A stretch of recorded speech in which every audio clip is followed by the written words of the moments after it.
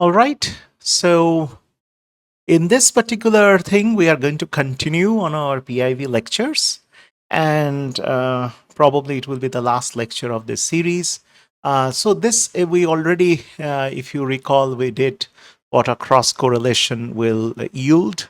So it is nearly the same correlation peaks as it happens in autocorrelation, but there is a displacement by D. So the expected value of the displacement correlation, so in order to derive rules for a general optimization of the displacement estimation, we use the expected value of the displacement correlations for all realizations of gamma. So E means actually the expected value. Okay. So and RD is basically the displacement correlation. If you recall, that represents the cross correlation function when I is equal to J. All right. But the first exposure images of identical particles is the same. For the same set of particles as in the second exposure. Got it? So that is what we want. So we want the mean correlation function for all possible patterns, and this can be realized with n particles, capital N. So if this is RD for all n, okay, and this is the RD that you get. Now the expected function will be something like this. Okay, so these are the math which you might want to take a look. Okay, so and this is the expected value. Okay. Okay, so defining F1 as VOX multiplied by, VOX x plus D. D is the actual displacement in the object plane. Okay, you have the expected RD is equal to this. Okay, where we can prove that this expected value of this Fi xi function, okay, which is basically the multiplication of Vox and Vox x plus D is given by this. Okay, so where this part, the one in the integral, is the volume integral, which is basically means it is integrated thrice over x, y, and z. So FL or Fi.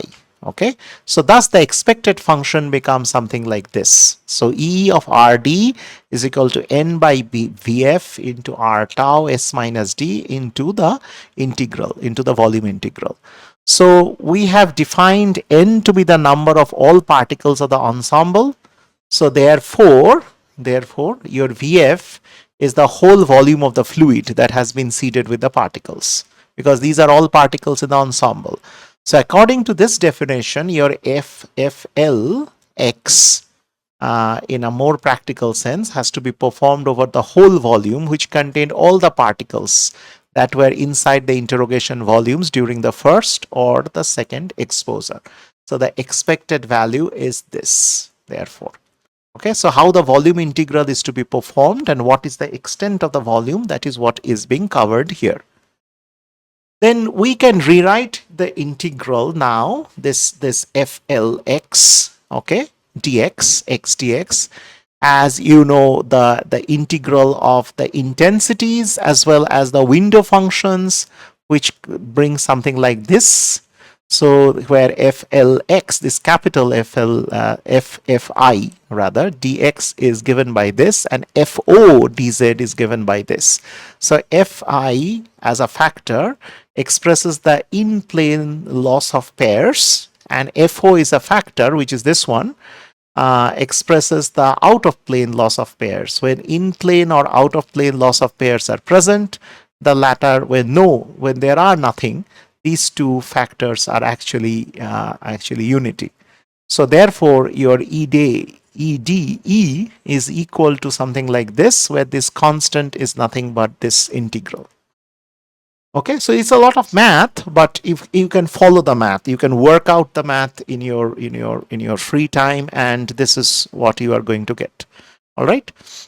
So now that we have done in the previous one, we have done what is the expected value and stuff like that. Okay, we can now move on to the image evaluation methods within PIV. So the main objective over here is the statistical evaluation of PIV recordings at medium image density. Okay, so basically you cannot track the individual particles, but you are supposed to determine the displacement between two patterns of randomly distributed particles, which are stored as 2D distribution of gray levels. So that is what it is. So that is what we are supposed to find out, that how these patterns, what is the displacement between these two patterns. Okay, so this is an interrogation window with an image pair. Okay, so there are two ways of doing this. You can do it directly, then autocorrelation. Okay, or you can do what we call an optical Fourier transform, and you get the power spectrum. Okay, and from the power spectrum you do a inverse Fourier transform and get the same autocorrelation function. Or you can do an FFT first, or Fourier transform first, then calculate the power spectrum, and then using the power spectrum you can do an inverse Fourier transform and get to the same autocorrelation function. So this is the figure which illustrates that the autocorrelation function can be determined directly in the spatial domain. That means this part, spatial domain directly, or you can indirectly determine it from the Fourier transform. Okay, a multiplication, and that is how you calculate the square of the modulus in the frequency plane, and then by the inverse Fourier transform.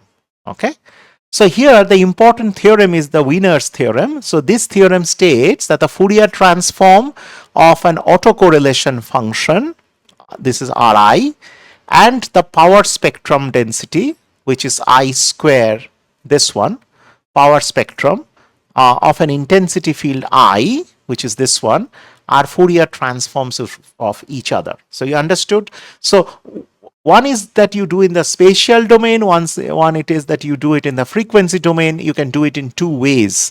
One is the optical Fourier transform, and one is a normal digital Fourier transform. So in this case, what is the important theorem?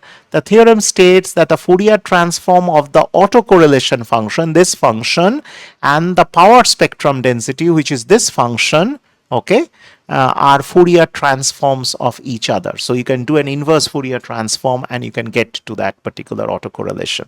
So this uses a mathematical tool basically to do the calculations in what we call the frequency, in the frequency domain, and not in the spatial domain.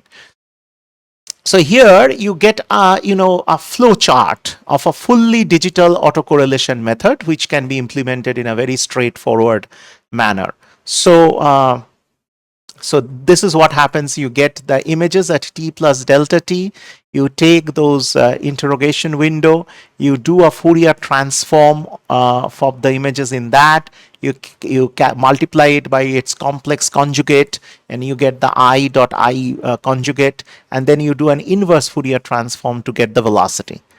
Okay, so the calculation of the autocorrelation function is carried out either in the spatial domain, which is this, and in most cases we do it through the use of the so not this particular figure, the figure before that, or in most cases it is done through the FFT algorithms. Okay, so this is a single frame double exposure, and it's an analysis of the double frame single exposure. Okay, both utilizes this kind of a flow, that it is t plus delta t and this is t. Then you take the two interrogation volumes, do the FFT from them, multiply one by the conjugate of the other, and then you do an inverse Fourier transform. You can also do, if you look at the previous one, you can also do something which is called OFT, which is optical Fourier transform. So the optical Fourier transform is an aperture transmittivity distribution. So far field diffraction pattern of an aperture transmittivity distribution is represented by a Fourier transform. So a lens can be used to transfer the image from the far field close to the aperture. So from a mathematical derivation of this, some assumptions have to be made. Like, for example, we have the Fraunhofer approximation. These assumptions, like large distance, as we know, Fraunhofer diffraction allows large distance between the object and the image, and that can be fulfilled in practical optical systems for Fourier transform. So what it does is that there are two configurations for optical Fourier transform. In this arrangement, the left-hand side of the object, the object, which would consist of a transparency to be Fourier transformed, which is like the PIV recording, for example. This can be placed in front of the so-called Fourier lens at an f-stop. In the other, at the focal length. In the second setup, it is placed behind the lens. The result of this optical Fourier transform is a powered spectrum of great value distribution of the transparency. So basically the same thing, that is the power spectrum that we get over here. So just to recap, so the far field diffraction pattern of an aperture transmissivity distribution is represented by its Fourier transform. So a lens can be used to transfer the image from the far field close to the aperture. Okay, so for a mathematical point of view, these are we say that these are represented by the Fraunhofer approximation. These assumptions, large distance between object and image, phase factors, etc., can be done by this setups for optical Fourier transforms. All right. So so let us look at these two images. One is at sample 1 and sample 2. One is I and one is I prime. This is image 1, this is image 2. These are separated by a delta t between the two.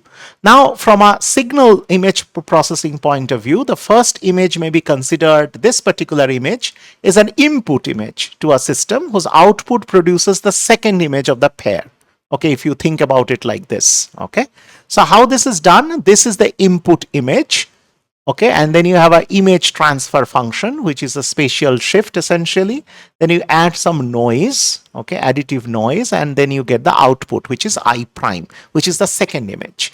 So the system's transfer function from this to this converts the input image I to an output image. This is I prime. I'm sorry, this should be I prime, and is comprised of the displacement function. There is a displacement, and then there is an additive noise process. Okay, n. The function of interest is a shift of this vector d, as it is responsible for displacing the particle images from one image to the next. Okay, so there is a shift. The function of interest is this vector shift. That is the displacement that we are most concerned about, right? So these are the two images, and this is ultimately the displacement estimate that we get for image evaluation. So when both the images I and I prime are known, this is I prime, okay, the aim is to estimate the displacement d, okay, while excluding the effects of the noise, which is n, additive noise. The fact that the signals are not continuous, and that means there is a dark background, cannot provide displacement information. It is necessary to estimate the displacement function d using a statistical approach on this interrogation windows, which we have already are well versed with, right? So rather than estimating the displacement function d analytically, the method of choice is to locally find the best match between the two images in a statistical sense. So this is done by the discrete cross correlation function. So this is an image, and this is the image which is shifted. These are the samples, example intensity values as extracted from the image, where I prime can be taken larger to the template I. So I prime, the second output image, can be larger than the input image. Okay, so essentially the template I is linearly shifted, okay, around the sample I prime without extending over the edge. So you can see that this one may be smaller than this. So this you are shifting all over this image I prime, and we will see it in the next slide actually. Okay, so for each shift, the sum of the products of all overlapping pixel intensities produces one cross correlation value. Okay, so that is what we are going to see over here. So this is what happens. So you see that there is a larger I prime, and then this is the image, so this is the I. So we are shifting it across different spatial, the shift can be x equal to 2, y equal to 2, 0. 0 means there is no shift, it is at the center. It should not cross over the edge, that is what it is trying to say. And then you can shift it in all possible directions. So there is a range of shift which is given as minus m to plus m, and n minus n to plus n. This produces a correlation plane which is of the size 2m plus 1 multiplied by 2n plus 1. So for example, in this case, if you look at it, this is a 4 by 4. This is 4, this is 4 by 4 pixel template. And this is on a much larger template of 8 by 8. Okay, so 8 by 8. And the shift, therefore, you can do plus 2 and you can do minus 2 on both sides. So 2 into 2 is kind of, 4 plus 1, that is 5. And similar with n, because it's a square.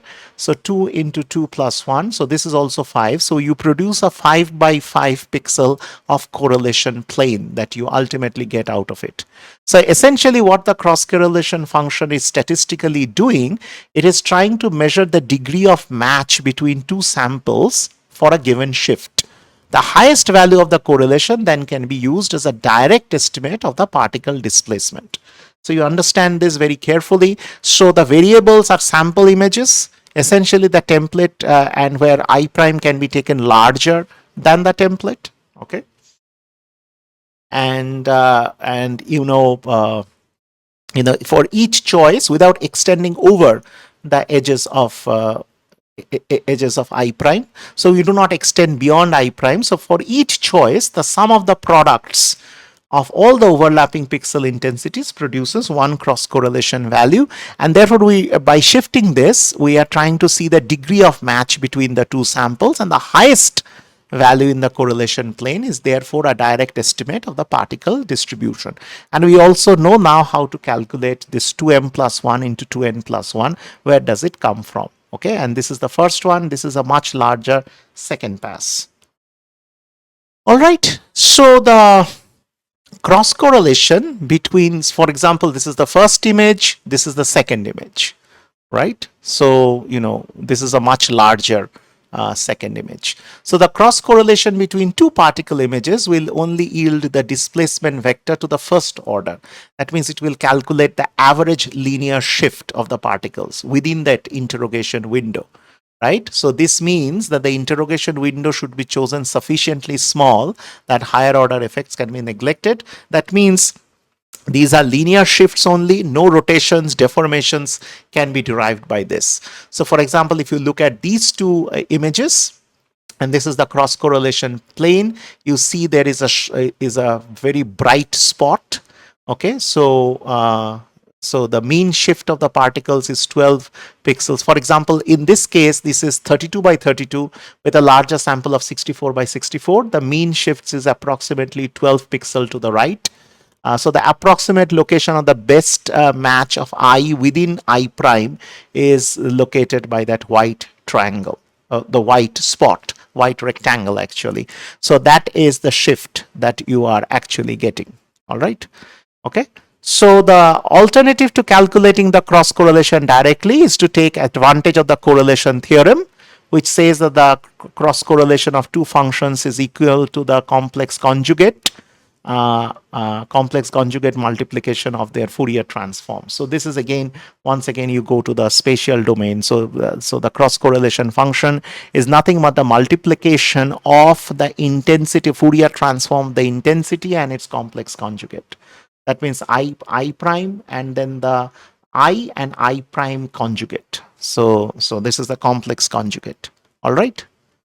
So implementation with the cross correlation using the Fourier transform is that you have image I and then the image 2.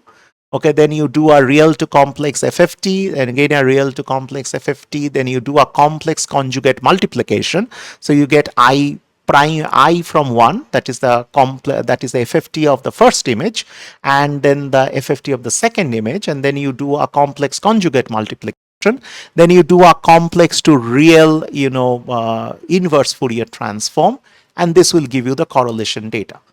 Okay, so the computing two-dimensional FFTs on equal size samples followed by the complex conjugate multiplication of the resulting Fourier coefficients. So these are then inversely Fourier transformed to the actual cross correlation plane, okay, which has the same spatial dimensions. So these are the steps that sample the images at the desired location, compute the mean and the standard deviation, subtract the mean from each samples, then calculate the cross correlation using 2D FFTs, then divide the cross correlation by the standard deviations just for normalization purpose. Due to this normalization, all values will fall within the range of -1 to +1, and then proceed with correlation peak detection, taking into account all these artifacts by using this FFT based correlation.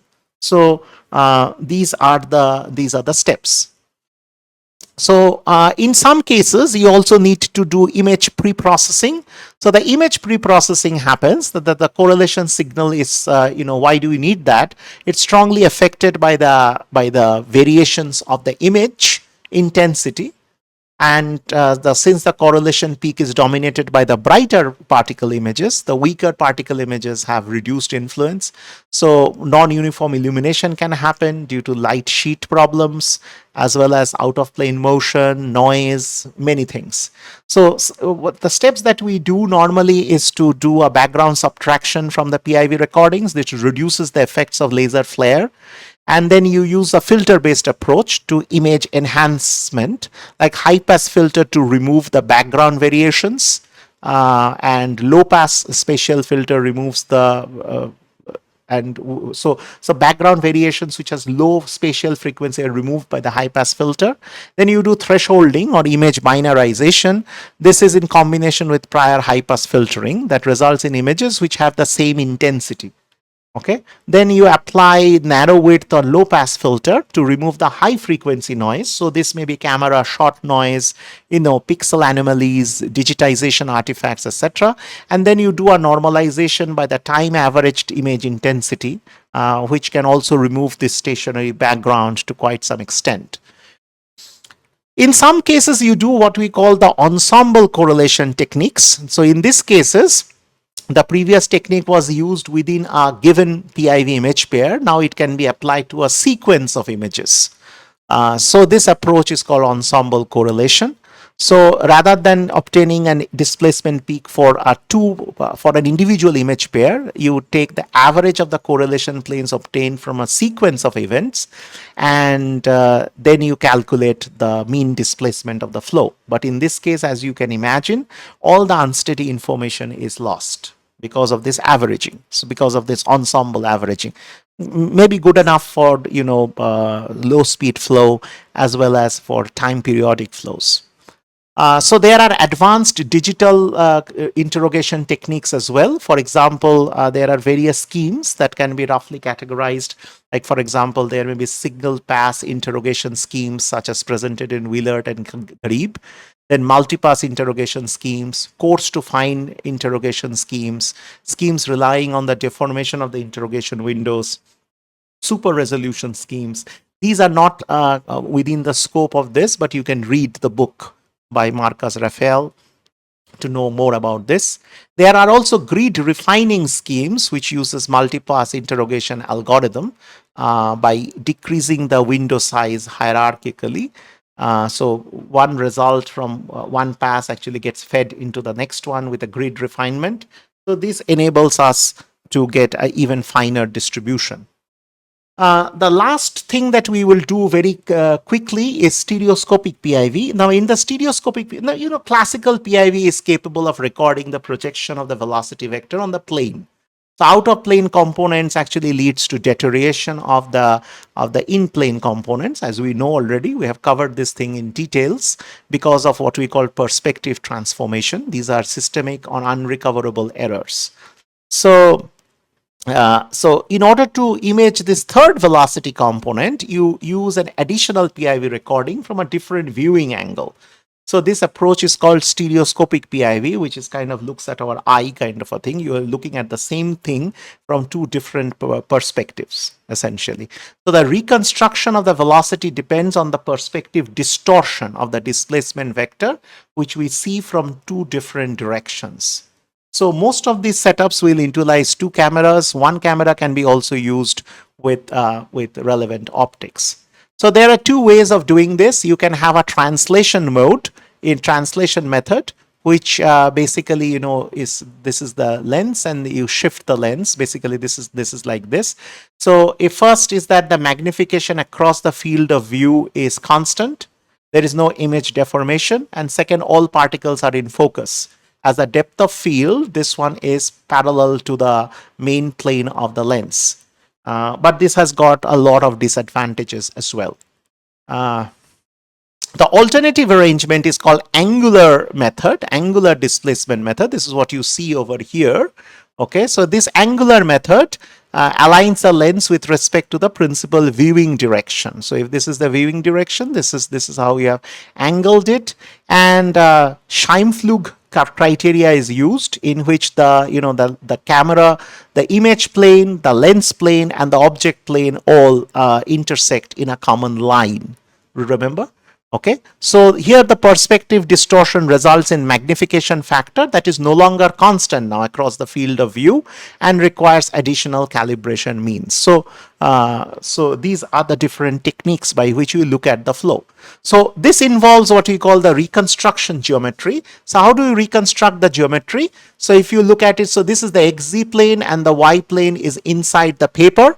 So if you look at this from, there are two cameras, camera 1 and camera 2.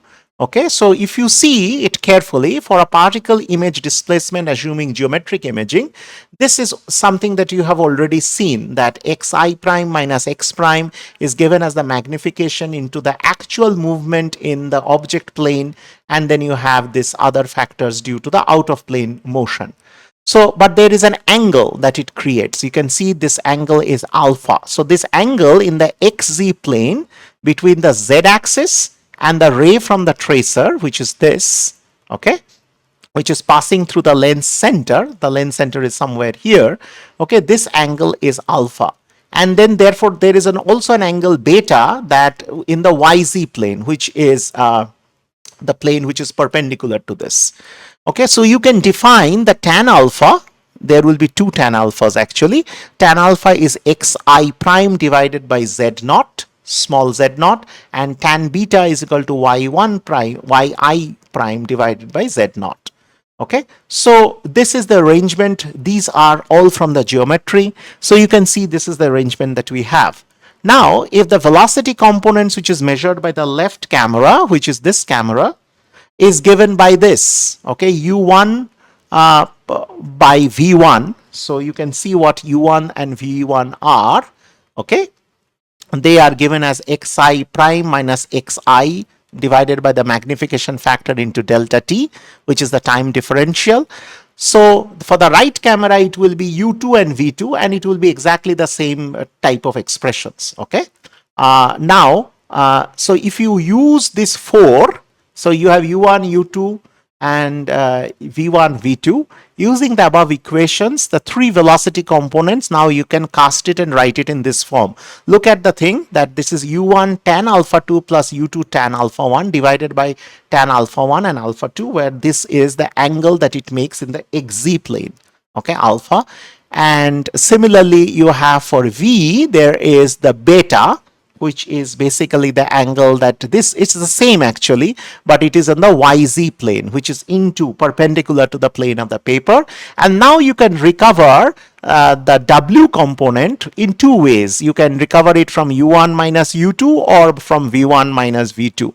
So you can see that there are three unknowns, U, V, W, and four known measurements, which is U1, U2, and V1 and V2. So it results in an overdetermined system, which needs to be solved in a least square sense. So to use this reconstruction, the displacement data set, you must first be converted from the image plane to the true displacement. while taking into account all the magnification issues. So it's a simple enough thing. So just by looking at it and just by using the angles, you can actually determine the three velocity components. Of course, there are a lot of errors and there are a lot of things that are, uncertain about it. Those things you can read from the book, but it's the time is too short to go into the details of all of them.